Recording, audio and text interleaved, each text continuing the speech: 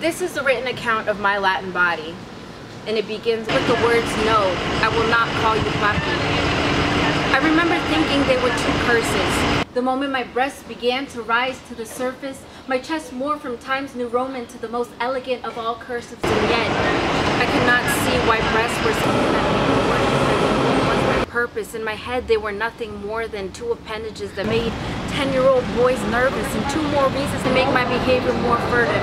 And at 9 years old, they were nothing more than biological burdens, and here comes the truth. My early developing breasts robbed me of a part of my youth, and to this day, I can't shake the words out of my mind. "Button up your shirt, Maddie. You don't want that kind of attention from guys."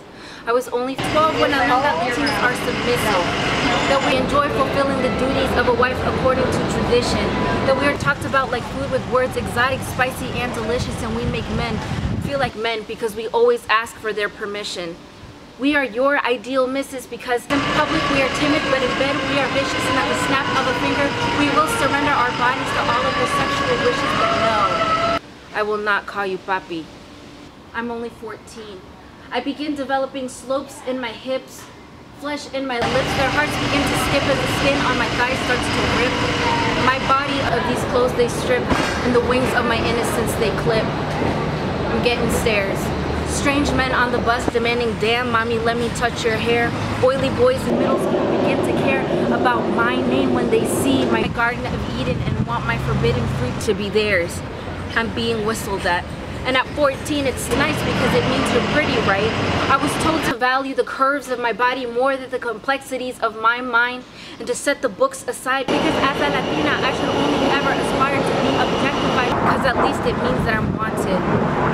I'm only 15 when I learned that you can't be Latina if you don't look like J-Lo with an ass so fat that it has its own halo. You can't be Latina if you don't know how to make tamales and tortillas, or if your last name isn't Gomez or Garcia. You can't be Latina if you don't have all the right curves in all the right places, or want to have sex on an everyday basis. I remember we were getting into it, and for a second we stopped. He said, "Baby, say that one thing for me, but you didn't raise me, so no, I will not call you Papi. Because to you, I was not Latina unless I was in your bed, because to you, Latina was only synonymous with girl that loves giving head, because you only paid attention to my body and the beauty of our imaginary babies, but you never gave a single thought to the Latin blood, sweat, and tears that made me. Yo soy Latina. And we are not Latinas only when our hips slope and our breasts poke.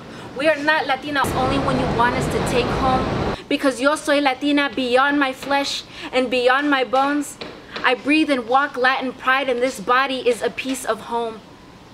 Stop hypersexualizing the tender bodies of my unborn daughters. They nor I will call you Papi, for men like you are not our fathers.